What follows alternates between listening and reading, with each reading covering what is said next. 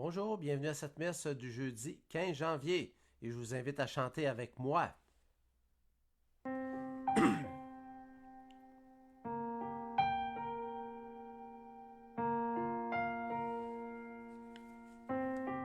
Admirable grandeur, étonnante bonté du Maître de l'univers qui s'humilie pour nous au point de se cacher dans une petite hostie de pain. Regardez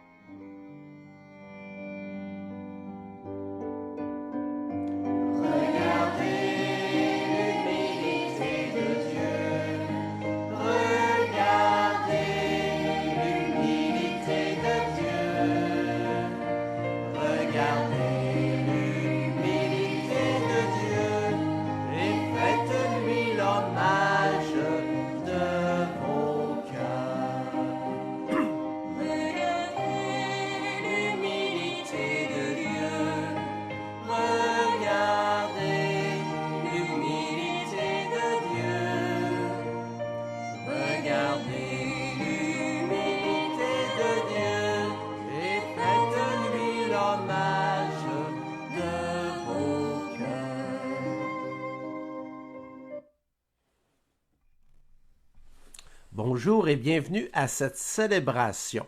Nous sommes réunis au nom du Père, du Fils et du Saint-Esprit. Amen. Le Seigneur soit avec vous. Alors aujourd'hui, les intentions sont pour des faveurs obtenues à Saint-Jude et on me demande de prier pour les prêtres au purgatoire. Alors prenons quelques instants de silence, encore une fois, pour se préparer à la préparation pénitentielle.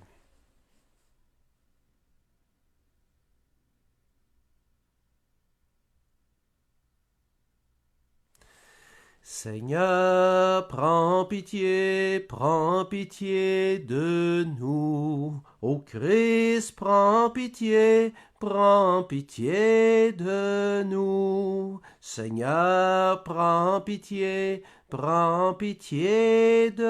nous. Que Dieu Tout-Puissant nous fasse miséricorde, qu'il nous pardonne nos péchés, qu'il nous conduise à la vie éternelle. Amen. Et prions. Seigneur Dieu, par toi nous vient la rédemption, par toi nous est donnée l'adoption filiale. Dans ta bonté, regarde avec amour tes enfants. À ceux qui croient au Christ, accorde-leur la vraie liberté et la vie éternelle en héritage. Par Jésus le Christ, ton Fils, notre Seigneur, qui vit et règne avec toi, dans l'unité du Saint-Esprit, Dieu pour les siècles des siècles. Amen. Lecture du premier livre de Samuel. En ces jours-là, Israël sortit pour aller combattre les Philistins. Israël campa près d'Eben-Ézer, tandis que les Philistins étaient près d'Aphek. Les Philistins se déployèrent contre Israël et le combat s'engagea. Dans cette bataille, rangée en rase campagne, Israël fut battu par les Philistins qui tuèrent environ 4000 hommes, et le peuple revint au camp.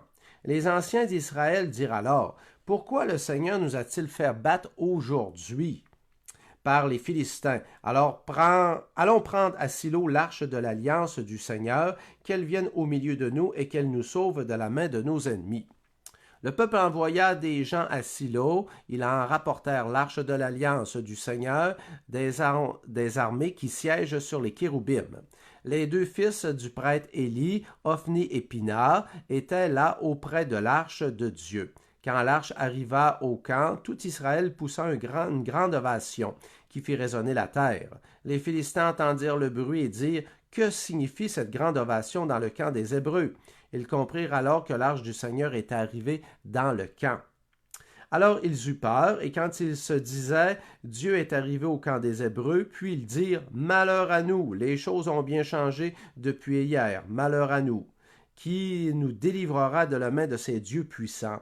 Ce sont eux qui ont frappé les Égyptiens de toutes sortes de calamités dans le désert. Soyez forts, Philistins, soyez des hommes courageux pour ne pas être asservis aux Hébreux comme ils vous ont été asservis. Soyez courageux et combattez. » Les Philistins livrèrent la bataille, Israël fut battu et chacun s'enfuit dans ses tentes.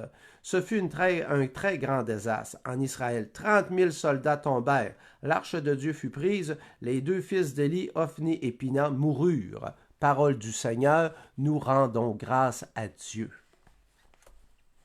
Quand moi j'ai lu ce passage, j'ai pensé tout de suite à Jésus qui est mort sur la croix. Vous savez que Jésus, c'est le Messie. Le Messie ne pouvait pas se faire tuer par les êtres humains. C'était l'envoyé de Dieu. Il était supérieur aux êtres humains. Et pourtant, dans le projet de Dieu, Jésus est mort sur la croix, mais il est ressuscité, mais il est quand même mort sur la croix. C'est pas pour rien que tous les apôtres l'ont laissé, ils n'en revenaient pas, ils ne comprenaient plus rien. Alors, les Israéliens, eux autres, ils ne comprenaient plus rien non plus, parce qu'en plus, ils ont été chercher l'arche. Ils ont dit, hey, là, on va avoir une protection de Dieu. Puis comment ça se fait qu'ils n'ont pas eu la protection? Comment ça se fait que ça a été un désastre? La logique de Dieu est vraiment pas comme nous autres. Nous autres, on veut être puissants puis montrer notre puissance au monde. Des fois, ça peut arriver qu'il y a une puissance qui est montrée. Mais Dieu se déploie dans la faiblesse et Dieu, il a une autre logique que les êtres humains. En tant que tel, Dieu, il est tout puissant. Mais Dieu, il n'exerce pas sa toute-puissance comme nous autres, on l'entendrait. Je vous reviens encore sur l'histoire de Jésus qui est mort sur la croix. Le Messie, c'était pas comme ça que les Juifs le voyaient. Ils ont été découragés, ils ne revenaient pas, ils ne comprenaient plus rien. Mais regarde, le christianisme, on en parle encore aujourd'hui. Ça veut dire qu'il y avait quelque chose de réel, ça c'était sûr. Alors, les Israélites, ils ont vécu souvent des drames dans leur vie. Ils n'ont pas toujours compris Dieu. Alors, regardez vos vies personnelles. Quand vous vivez de la maladie, des déceptions, des fois, vous pouvez dire à Dieu, « Mais Dieu, je comprends pas, je te prie, puis il m'arrive telle affaire. Pourquoi? Je le mérite pas. Hein? » Quel genre de parole que vous vous dites quand, justement, vous cheminez avec Dieu? Il n'y a pas grand monde qui font à part de ça, dans le sens que plusieurs d'entre nous, peut-être pas la totalité, mais plusieurs d'entre nous, des fois quand il arrive des moments durs de notre vie, « Seigneur, je ne méritais pas ça. Seigneur, je suis fidèle à toi. Pourquoi qu'il m'arrive telle affaire? » Je ne sais pas c'est quoi que vous vous dites, mais essayez de vous rappeler. Peut-être que parmi vous, il y en a qui disent « Non, moi j'accepte tout ce qui m'arrive dans la vie. Je remercie Dieu. » Bon, c'est tant mieux pour vous si ça vous arrive. Puis c'est comme ça que normalement, on devrait toujours avoir notre attitude. Mais souvent, ça, c'est l'attitude des saints, des saintes. Et parce que la plupart d'entre nous, on n'est pas encore saints, saintes, on combat Dieu sans trop le vouloir parce qu'on vit des déceptions et ainsi de suite. Alors, on va prier vraiment pour toutes les gens qui vivent des déceptions par rapport au spirituel. Seigneur, je ne comprends pas ta logique, mais viens m'éclairer. Hein, vous êtes d'accord avec ça? On poursuit avec le psaume. Alors on dit ensemble, sauve-nous Seigneur par ton amour, sauve-nous Seigneur par ton amour. Maintenant tu nous humilies, tu nous rejettes, tu ne sors plus avec nos armées, tu nous fais plier devant l'adversaire et nos ennemis emportent le butin. Et on redit, sauve-nous Seigneur par ton amour. Tu nous exposes au sarcasme des voisins, des rires aux moqueries de l'entourage, tu fais de nous la fable des nations, les étrangers haussent les épaules. Et on redit, sauve-nous Seigneur par ton amour. Réveille-toi, pourquoi dors-tu, Seigneur? Lève-toi, ne nous rejette pas pour toujours. Pourquoi détourner ta face, oublier notre malheur, notre misère? Et on redit ensemble, sauve-nous, Seigneur, par ton amour. Alors, le répond le dit bien, hein? Sauve-nous, Seigneur, par ton amour, parce que là, on ne comprend plus rien. Comment ça se fait que tu n'es plus avec nous autres? Tu as l'air absent. On le sait que Dieu, il n'est jamais absent, mais il va peut-être des fois permettre qu'on ne ressentira pas sa présence en tant que tel. Comment ça se fait que les fruits de certains saints de saintes s'est passé après leur mort? Pourquoi ça ne s'est pas passé de leur vivant? Ils auraient été contents. Ils ont donné leur vie au Seigneur. C'est bien mystérieux. Il y en a que ça va être de leur vivant, ils vont avoir des fruits, puis d'autres, c'est après la mort que c'est les générations suivantes qui vont voir les fruits de ce saint, de cette sainte. C'est vraiment mystérieux, la logique de Dieu. Alors, le psaume, encore une fois, il est en rapport avec notre première lecture, alors il nous rappelle tout ça. Alors, on va présenter au Seigneur toutes les situations où est-ce qu'on se sent dépassé, qu'on ne comprend rien. Alléluia, Alléluia, parole du Seigneur. Alléluia, Alléluia, parole dans nos cœurs. Jésus proclamait l'évangile du royaume et guérissait toute infirmité dans le peuple. Alléluia, Alléluia, parole du Seigneur. Alléluia, Alléluia, parole dans nos cœurs. Le Seigneur soit avec vous. Et bonne nouvelle de Jésus-Christ selon saint Marc. Gloire à toi, Seigneur. En ce temps-là, un lépreux vint auprès de Jésus, il le supplia et tomba à ses genoux, et lui dit, « Si tu le veux, tu peux me purifier. » Saisi de compassion, Jésus étendit la main, le toucha et lui dit, « Je le veux, sois purifié. » Et à l'instant même, la lèpre le quitta et il fut purifié. Avec fermeté, Jésus le renvoya aussitôt en lui disant, « Attention, ne dis rien à personne, mais va te montrer au prêtre et donne pour ta purification ce que Moïse a prescrit dans la loi. Cela sera pour les gens un témoignage. » Une fois parti, cet homme se mit à proclamer et répandre la nouvelle, de sorte que Jésus ne pouvait plus entrer ouvertement dans une ville, mais il restait à l'écart dans les endroits déserts. De partout, cependant, on venait à lui. Acclamons la parole de Dieu. Louange à toi, Seigneur Jésus. C'est une lecture qu'on a eue il y a quand même quelques jours. Je pense que c'était à la fin de semaine passée, la guérison du lépreux. Alors, la lèpre, une maladie très contagieuse. On veut nous montrer que le péché aussi, c'est contagieux.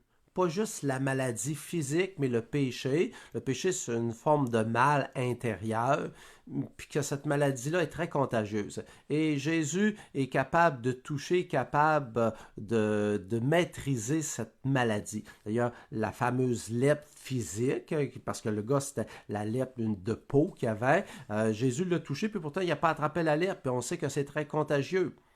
Alors, Jésus veut nous montrer que quand il nous touche, quand il s'approche de nous, le mal qui est à l'intérieur de nous, il a tendance à s'effacer ou à s'amoindrir. Alors, la lèpre, il faut voir ça sous le sens là. Il y a la vraie lèpre physique, c'est une vraie maladie qui existe, mais il y a la lèpre spirituelle, et la lèpre spirituelle est encore plus insinueuse, puis est encore pire pour la personne.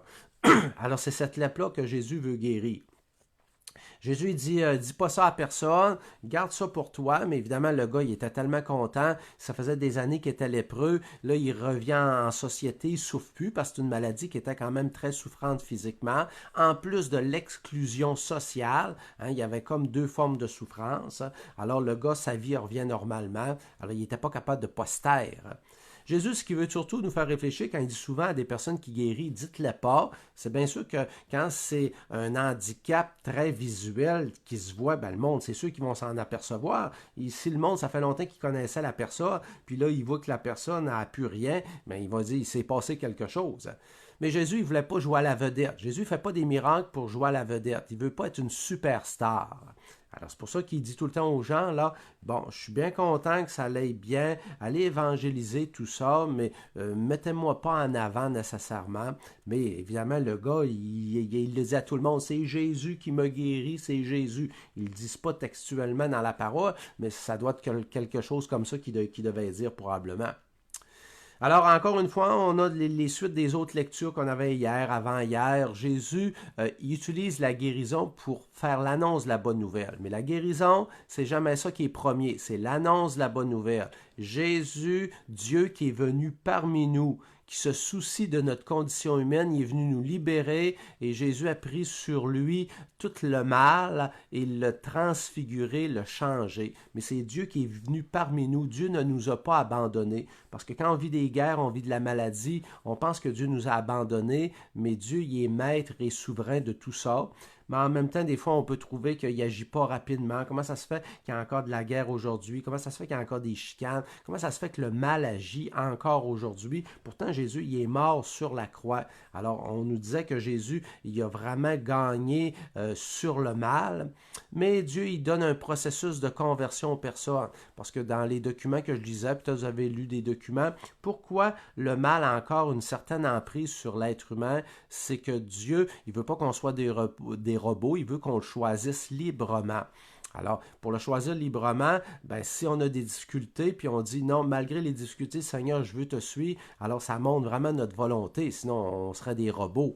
Alors Jésus, Dieu, il veut vraiment qu'on exerce notre liberté. Alors c'est pour ça qu'il permet encore un certain mal aujourd'hui. Alors, on va demander au Seigneur de nous guérir de toutes nos lèpres intérieures pour qu'on soit justement disponible à lui. Alors, on va prendre quelques instants de silence.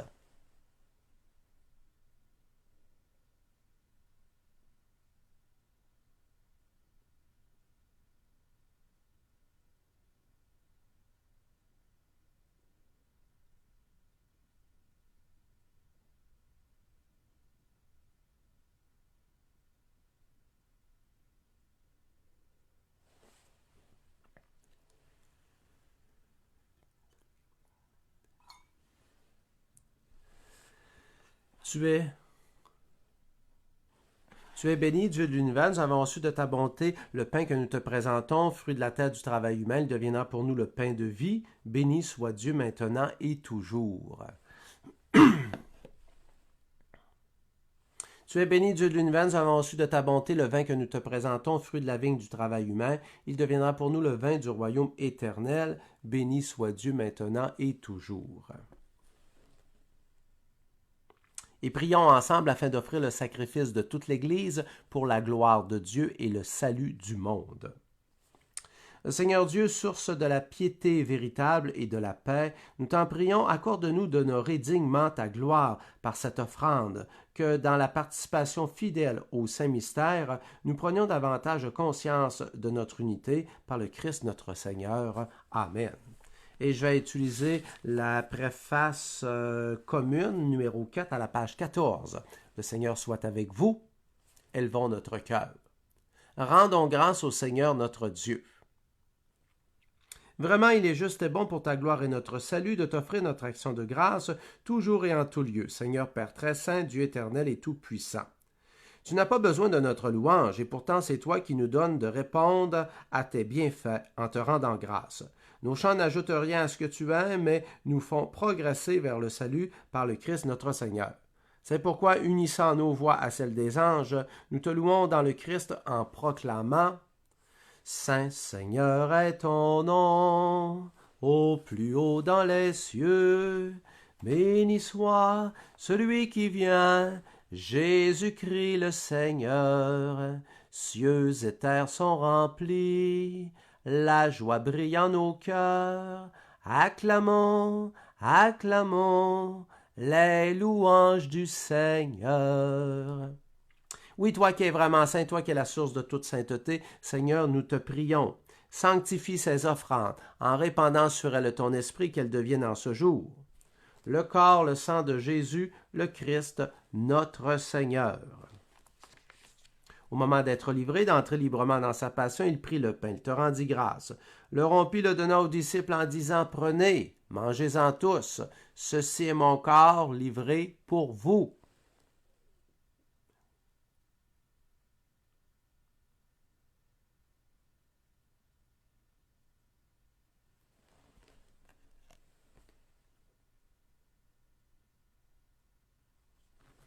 De même, à la fin du repas, il prit la coupe, de nouveau il te rendit grâce, la fit passer aux disciples en disant, prenez, buvez-en tous, car ceci est la coupe de mon sang, le sang de l'alliance nouvelle éternelle qui sera versé pour vous et pour la multitude, en rémission des péchés, vous ferez cela en mémoire de moi.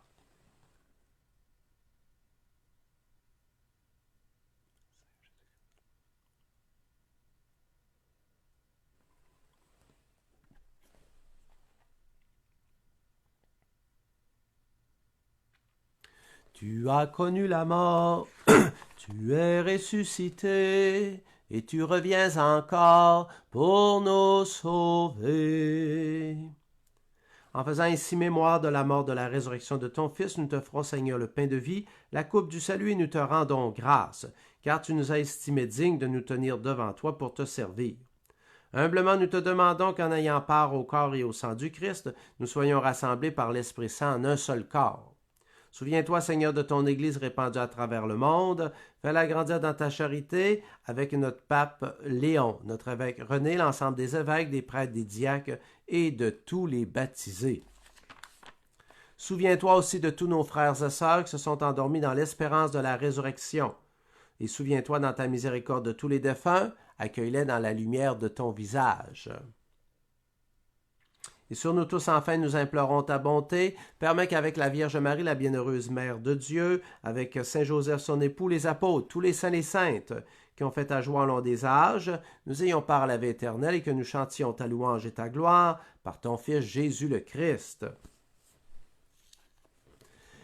Par lui, avec lui et en lui, à toi, Dieu le Père Tout-Puissant, dans l'unité du Saint-Esprit, tout honneur et toute gloire pour les siècles des siècles. Amen.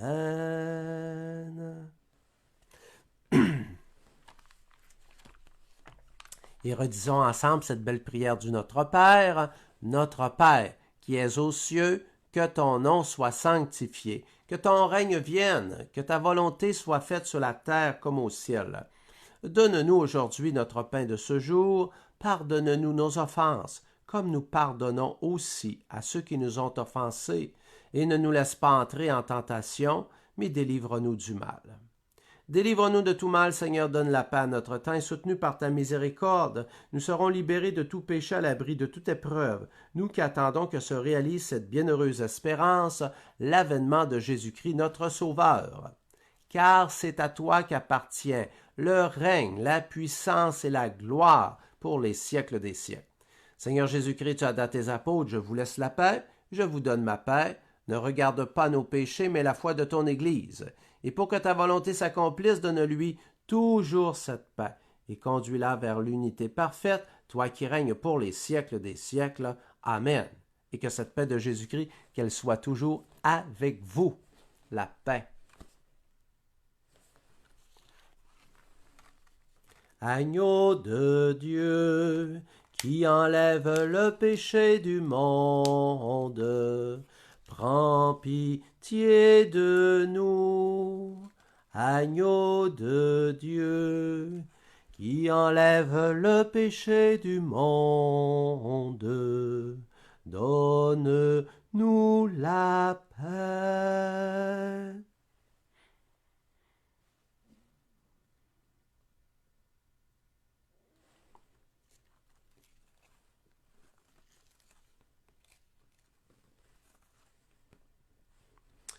Voici l'agneau de Dieu, voici celui qui enlève les péchés du monde. Heureux les invités au repas des noces de l'agneau. Seigneur, je ne suis pas digne de te recevoir. Dis seulement une parole, et je serai guéri. Que le corps et le sang du Christ nous garde pour la vie éternelle. Amen. Et préparez vos mains pour cette communion spirituelle. Le corps du Christ.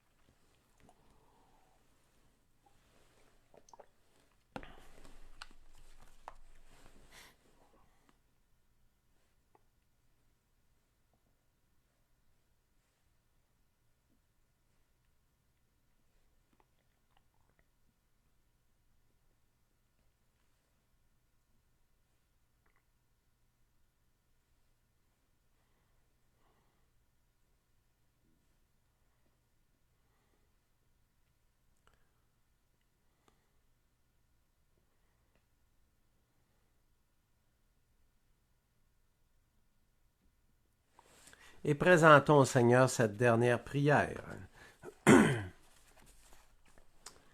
Par ta parole, Seigneur, et par le sacrement du ciel, tu nourris tes fidèles et tu les fais vivre. Accorde-nous de si bien profiter de tels dons que nous soyons associés pour toujours à la vie de ton Fils bien-aimé, lui qui vit et règne pour les siècles des siècles. Amen.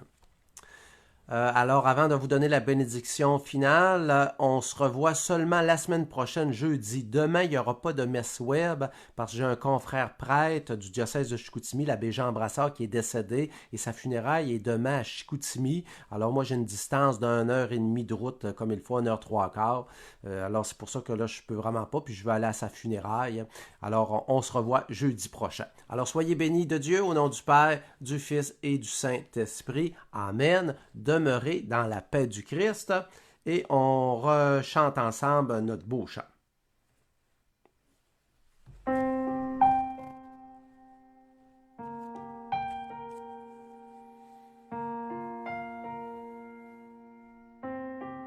Admirable grandeur, étonnante bonté,